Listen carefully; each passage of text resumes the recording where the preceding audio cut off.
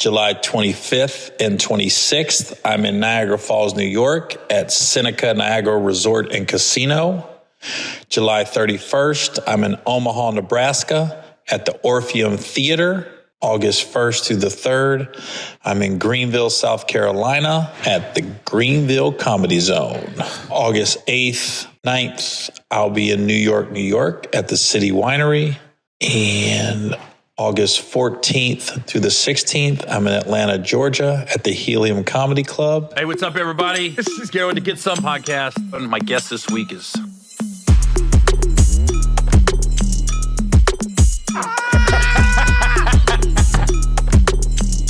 This motherfucker Gary.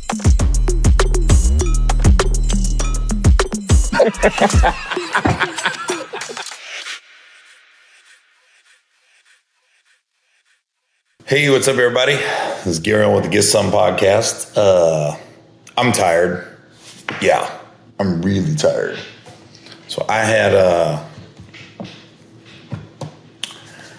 I broke the record at the San Jose Improv. We did 12 shows last week. I don't know what I said last week I thought we'd do, but 12. So it's crazy how it all came about. I'm sorry, Sacramento Improv. I'm sorry. Jeez. I'm so tired. I don't even know what city I was in. So originally we had 5 shows for sale in Sacramento. We had 2 Friday, 2 Saturday, 1 Sunday.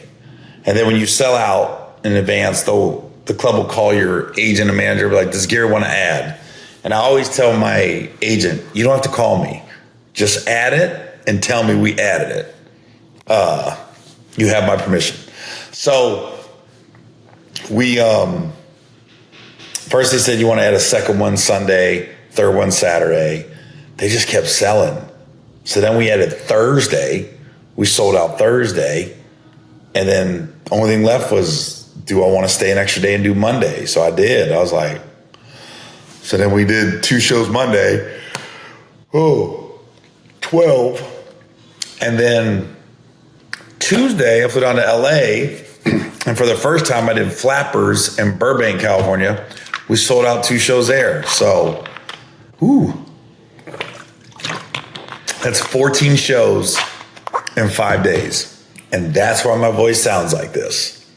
And yesterday, my special came out. Gary Owen No S. It's on YouTube. It's doing really good as I record this. So I think for me, the benchmark is 1 million. 1 million views means it's did good. Anything over that means really good. Now, if it gets into like 2 or 3 million, that's great. But 1 million is like, for me, for this special on YouTube, that's if it's less than 1 million, I ain't gonna lie to you, I'll be not devastated, but really disappointed that I couldn't get 1 million views on the special. So if you're watching the podcast, watch the special. It's on YouTube. It's free. It's Gary Owen No S. And we just we put it out there. And I watched it once it premiered. And it's funny, like I put it to bed because I recorded it and then I don't even think about it, but now that it's out there, I'm like, man, it was pretty good. There's some of the jokes in there I forgot to tell. So yeah, check it out. It was good. So this week has been a wild week. Outside of that, 2 people died in the entertainment business: Malcolm Jamal Warner and Ozzy Osbourne. And Malcolm Jamal Warner is the one that was shocking to me because that dude was the epitome of health. I'm not going to sit there and act like we're close friends. We were cool. I met him. I met him early when I got to LA. like 98, 99. Just ran into him, social functions. And then on the Tom Joyner cruise, I believe he came on one year. It was either the Tom Joyner cruise or the family reunion, one of them. And I met him there. Always cordial, always nice. Just look, he had a presence like I got my shit together.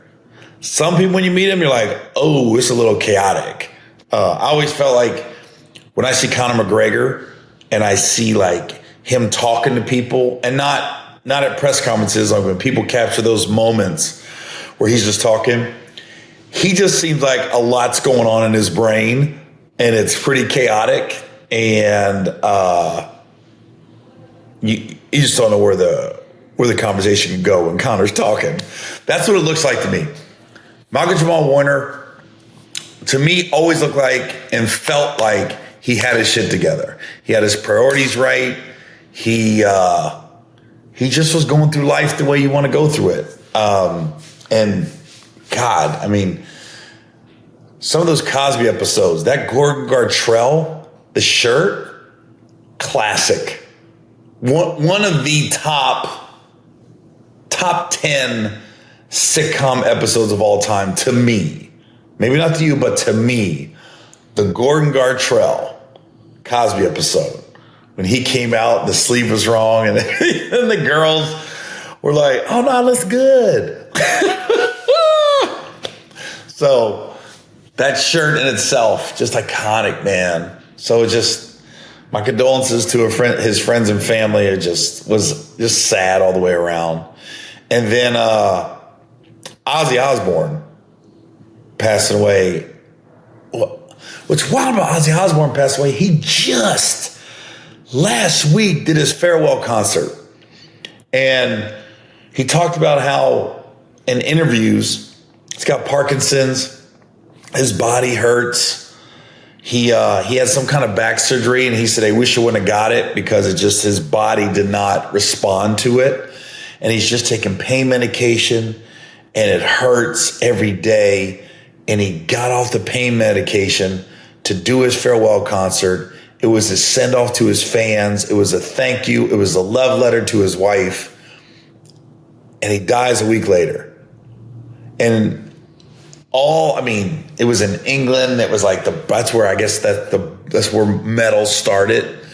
And it was just thousands, hundreds of thousands of people, this concert, and all these just legendary metal bands and artists came in. And it was, you can see in the audience, people are crying, and Ozzy couldn't even walk at this point. And he's in his wheelchair, and they put him in this big black chair, and it lifts up from the stage. And it just looks like he got this saying, Mama, I'm coming home. And it was just like, oh. And then he dies a week later. It just makes you wonder, was he hanging on for the concert? And then once the concert was done, he's like, I can breathe now. I can go home. And the fact that he lived to be in his late 70s is a feat in itself when you consider his lifestyle. What a life. And shout out to his wife, Sharon. I mean, talk about holding it down for your husband. She did not play when it comes to that man. And the fact that she organized the concert, and she's always been by his side. If you remember the Osbournes, like, she was the one that kept the family together. She was the real star of that show. It was on TV because of Ozzy, but once it was airing, it was very clear she was the reason that show is what it was. But man, what a way to go. It's almost like it's such a rock star way to go out too, if you think about it. His kids are grown. So this isn't a tragic story. Death sucks no matter when it happens, whether it's Malcolm Jamal Warner at 58 or Ozzy Osbourne in his late 70s. Death just sucks, but it's part of life. But if you was going to tell Ozzy Osbourne in his 20s, look, man, you're going to party. You're going to be a rock and roll rock star. You're going to be iconic. You're going to be legendary.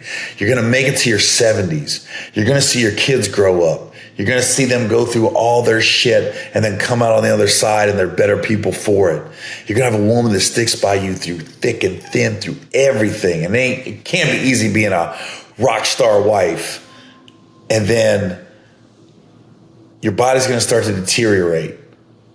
And you're going to get this one last goodbye, farewell love letter to your fans. We're going to put a concert together. And all your contemporaries, all the people that looked up to you when they were coming up, that end up being legends themselves, come in to go to your concert, to say goodbye to you, to say thank you. So you got to say goodbye to your fans. You got to say goodbye to other rockers. And you got to sing again one more time. And you got off the painkillers. And he said it, he goes, I didn't want to be numb. I'm gonna sing through the pain because I want to do that for my fans. Oh, that's some legendary shit. That's how you go out. And then when the concert's over a week later, you just be like, I did what I wanted to do. I'm out. Sharon, you got it. Oh, I mean, that's not a tragic story. It sucks, but it ain't tragic. That's a legendary way to go out if you think about it. It's almost like when Bob Saget died. He died in a hotel room, a Four Seasons or a Ritz-Carlton. He was doing stand-up. He had dates on the books, and he went out. Sucks, but he just went out. So it's awesome. Not awesome, but it's if you're going to tell Ozzy in his 20s that's how you're going to go out, he'd probably be like, yeah, I'll do that. I'll go out that way. Just dope story all the way around. So with that, I had a couple stories I want to share from the road this week that just lets me know, comedians know how important what we do, how important is what we're doing. I know it doesn't seem like we're saving lives. We're not doctors, but we're just helping people, man. We're just helping people. So Tuesday night in Burbank, there was a guy in the front, and I don't know, I was messing with him, doing a little crowd work, and we'll show it eventually on one of my clips, but I do a meet and greet afterwards. And he comes up and he's got a cane with him, and he comes up. I said, man, I can come down. He goes, no, I'm coming up. I'm coming on the stage to be with you. And he tells me he had a stroke 2 weeks ago. He had no idea who I was 2 weeks ago. And somehow my videos came across his algorithms on Facebook. And he said, man, I started watching your stuff, and every day I wake up and you would have a new clip posted. He goes, man, you got me through. You got me through. I was like, are you serious right now? A guy that had no idea who I was 2 weeks ago, an older gentleman, I would say he's in his late 60s, he looked like, and just came up and was like, and then I heard you was going to be here in Burbank. He goes, I gotta go. He was in the front row too. So he bought his tickets early. I just was, it's humbling when people say that to you. I mean, and that's also the reason it's important to keep putting out content, because you think you have this, library of stuff, and it's like I'm beating a dead horse, but you never know what's going to hit, and you never know who's watching. Hey, this podcast is brought to you by Blue Chew. Now, guys, seriously, I love Blue Chew sponsoring my podcast. It's my favorite. It's my favorite ad read. I use it. I love it. It works. And listen, it isn't just about performance. It's about legacy. And when I say legacy, I mean that third leg. Ozzy. You see what I did there? Legacy, the third leg. Ozzy. And that's an important leg. I'll honestly say, I got 3 legs. If I was going to lose one, it'd be my right leg or my middle leg. No. If I got 3 legs, I got a right leg, a left leg, and a middle leg, I want to lose a right or left leg. I'm going to keep that middle leg. I'd rather lose one of the big legs than the middle leg. I'm not going to sit here and be like, that middle leg's smaller for me. That's a weird play on words. But if you're going to ask me what leg I want to lose, it ain't that middle leg. And Blue Chew's going to make sure that middle leg works when it needs to work. So listen, we got a special deal for our listeners. As always, get your first month of Blue Chew free. Just use promo code GETSOME at checkout and pay $5 for shipping. That's it. Join Blue Chew's mission to upgrade humanity one thrust at a time. Head to BlueChew.com for details and safety info. And as always, a big thanks for Blue Chew for sponsoring the podcast. All right. Hey, this podcast is brought to you by Cash App. Listen, Cash App is easy. You download it on your phone. I'm in a business where I'm always on the go. I'm moving, I'm shaking. Some people, I'll buy something, I need something, and they'll be like, hey, can you Cash App me? Like, no problem. There's nothing worse than trying to get something and you can't get it because you can't pay for it for whatever reason. And if you got the money in the bank, you're like, I just want to pay for it. How do I pay for it? Listen, one of the easiest ways to pay for it is Cash App. So listen, if you weren't up to speed already, Cash App is way more than just a safe way to send and receive money. With the Cash App card, you unlock a ton of perks without all the fees.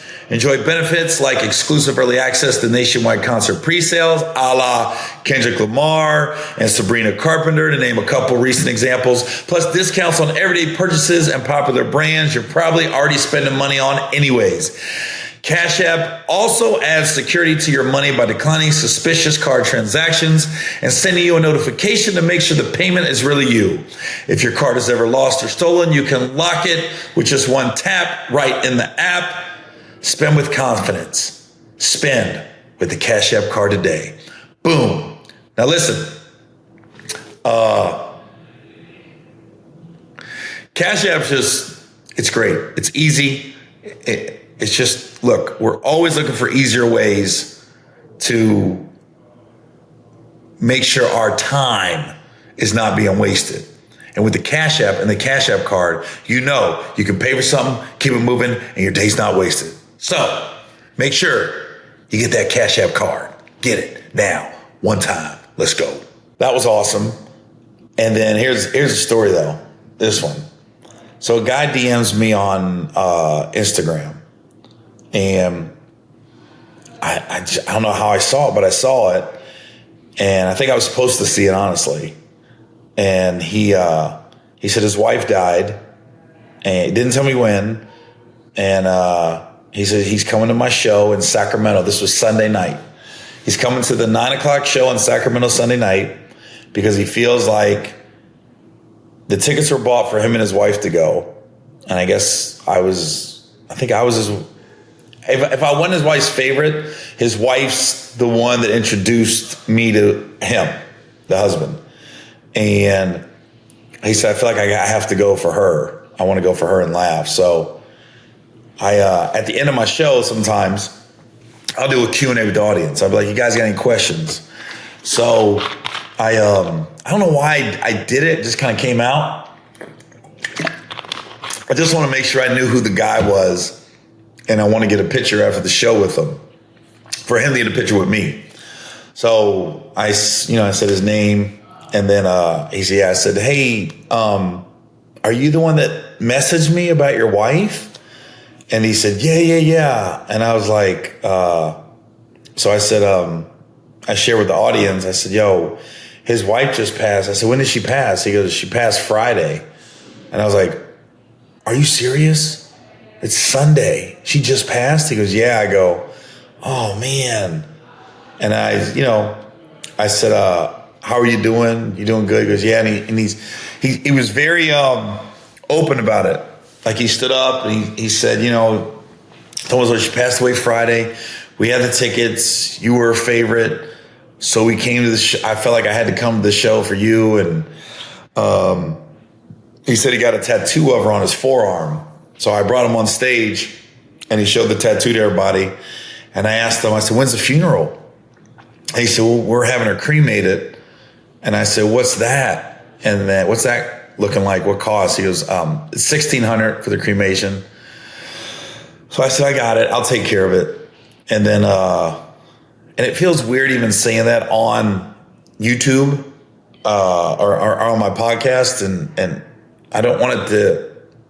I don't want it to be self-indulgent. I don't want to be like, hey, look what I did. But it was such a great, wholesome, organic moment. We're gonna share it on YouTube because I like watching videos like that. So I think if I like it, then other people like it. But it is a weird feeling because you're gonna get somebody that's gonna say that. And then he told me he's got to take off work for the month because they got 3 kids and he's taking care of them. So I gave him some extra, I said, man, go home and take care of your kids, handle that. And he's got some kind of, I think they're like a taco food drive to raise money for him and his family. So we'll post that flyer at the end of the podcast. It's in Modesto, California. I believe it's August 7th. And I'm going to post something on my IG the day of also of the taco drive or something of that nature. But man, to think that your wife passed and you came to the show, and it's probably a nice way for him to connect with her, like in spirit. She's probably there. But here's the beauty of our business. So I got this moment with this guy. I'm on stage and I'm not crying. He's not crying, but it's emotional. I can see some people in the audience tearing up. And then he thanks me. The crowd goes, they get claps. He goes, sits down. And I just was like, whoa. I said something to the audience. And then one lady in the back says, hey, I still got a question. I said, don't ruin the moment, bitch. The crowd lost it. It couldn't have been a better way to kind of like break the tension, so to speak. So that lady yelling that out helped, even though it was kind of an insensitive thing to do. She wanted to get her question out. And I go, dang, lady, read the room. I said, his wife's probably up in heaven like, hey, bitch, don't steal my moment. So it was just, you had to be there. We are going to post it this week. And like I said, I not struggle, but my camera guys are there. They're recording everything. So I was just like, I even asked them, I said, man, you think we should post that? They go, yeah, we got to post it. It's too good. And it's helping bring awareness to this gentleman and the food drive that they're doing to raise money for his family. So it's just a cool thing to happen that came out of left field, man. You just never know. Between the guy with the stroke, the guy's wife passing away, it was just like, oh my God, you don't realize it. How stand up, we're helping people, man. And we don't even realize it. We are a different form of medicine. I'll put it like that. We're medicine for the brain. We're medicine we're helping people keep going when they're struggling. So it was awesome. It was an awesome feeling, man. But I'm so glad that guy with the stroke, one, I'm glad he made it, and I'm glad he made it out to my show. And the guy whose wife passed, it's awful that his wife passed, but it's awesome that in some kind of weird way, I'm helping him heal, so to speak. And shout out to everybody in Modesto, because I'm sure everybody knows about his wife passing. So that was dope. So last thing I want to talk about is DC Young Fly and Rick Ross. Now listen, I love DC. He's stand up. I will always defend stand-ups when it comes to any kind of beef with anybody else. But when Rick Ross is like, I don't know if you guys remember with the 85 South show, he went on there and he walked off in the middle of the show. He just got up and left and never gave a reason. And then, so him and DC had a nice little, not nice, but a back and forth. It was respectful, but it was tense. And if you know DC Young Fly is a student of the game. He respects the people that came before him. He's a sponge when he talks to those people. I've seen him in rooms with veteran comics, and he literally he is just asking question after question, and he's soaking up stories that we're sharing. And you know, he's really a student of the game, and a good dude too, just good at the core. And so I don't want to say I'm always going to side with the comedians, but I'm going to say when it comes to DC Young Fly, I always side with him because I know who he is as a person. But Rick Ross is like, you know, I came on your podcast for free. And and then DC was like, Rick, everybody comes on our podcast for free. You know, that ain't nothing. And he started naming all these people that came on, and Rick was like, you know, you did numbers with me. And DC's like, we do numbers with everybody. But I do think Rick Ross was wrong.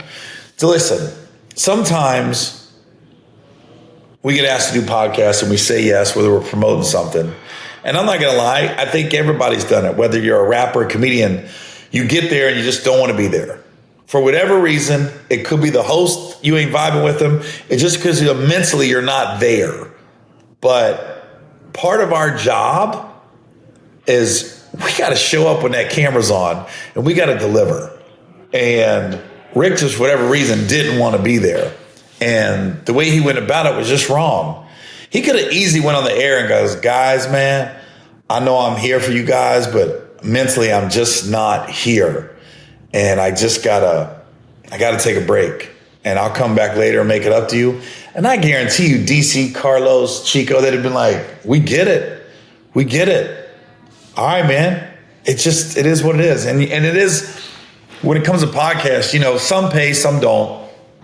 But, you know, they're, how can I word this? I think the older I get, I'm more empathetic towards everybody. I try to see where everybody's coming from. But, you know, podcasts, you're just there to promote something and vibe with people. And I just think if you're going to commit. If not, just say no. I'll give you an example. This past week, I was supposed to do Harlan Williams' podcast in LA. But after I did 12 shows in Sacramento, and when I landed in LA, I had like 4 hours of downtime before I had to head to Burbank to do the show in LA. I just called my manager and said, I can't do it. I apologize. And I didn't cancel day of. I canceled 2 days prior. But I knew, I said, you know, with all these shows and then flying to LA and doing 2 more, I said, I need just to sit in my hotel and vegetate and not do nothing. So I said, apologize to Harlan and his people, but I'll make it up to him. Next time I'm in LA, I'll do it. But that was me realizing I'm not going to be there to do that kind of podcast. And so I think with Rick, you know, when you put yourself out there and you wake up and you're like, oh, I don't want to do this. It's okay to tell them on the air, but to disappear like that, that wasn't good business, so to speak. And in the big scheme of things, it's not a big deal. Honestly, Rick Ross and DC are getting a nice little run out of it. Obviously, I'm talking about on my podcast. But the bottom line is, Rick was wrong in this. DC had every right to feel the way he felt. And I think big thing is DC's handling it like a man. He's not making it personal. He's not going at Rick. He's not insulting him. He's just saying, hey, man, he was wrong, man. He was just wrong. And I hope they come together and Rick comes on and makes it right and keep it moving. That's it. I think in the end they will. I just know it's hard to stay mad at DC. And it seems like Rick, you know, he's not that bent out of shape about it. Because I think Rick wants to go there, but DC won't allow it because he won't go in. So, and that's one podcast I haven't done yet. 85 South. We got to make that happen. Because our schedules just haven't lined up. I've been asked a couple times, but boom, boom, boom. Like I'm in Atlanta in August. Maybe I think the problem is they said they record on Tuesdays, and I'm usually in cities like Thursday through Sunday or Friday through Sunday. So for me to be in Atlanta on Tuesday is rare. So that's why I haven't done it yet. But we got to make that happen, man. So Carlos, Chico, DC, we got to bring me to the hood, so to speak. 85 South. So we got to make that happen. So, anyways. I'm going to cut this short this week because my voice is leaving me fast. So anyone listening to this at work, at the gym, trucking across the country. My apologies. This is a short one this week, but your boy's tired. To give you an example of my week, I was gone Thursday through Monday in Sacramento. Tuesday, I was in Burbank, and then I'm recording this Wednesday night, and I leave Friday morning for Niagara Falls. I'm at a casino this weekend, so I ain't got a lot of downtime. But the podcast is important to me, and if nothing else, after that guy with the stroke and the guy whose wife passed, I know I'm tired right now, but I was like, I still got to get up and do the podcast. And I'm not doing this as a pat on my back. I'm just saying, I understand now, especially this week more than ever, how important some of the stuff we do as comedians are. So I apologize for cutting a little short, but make sure you watch Owen No S on YouTube. It's out there. Broken Family, the last one's still out there chugging along. So, yeah, it's a good time right now. I just got to rest my voice. And I gotta get a nap. All right. I'll see y'all next week. This is Gary Owen with the Good Son Podcast.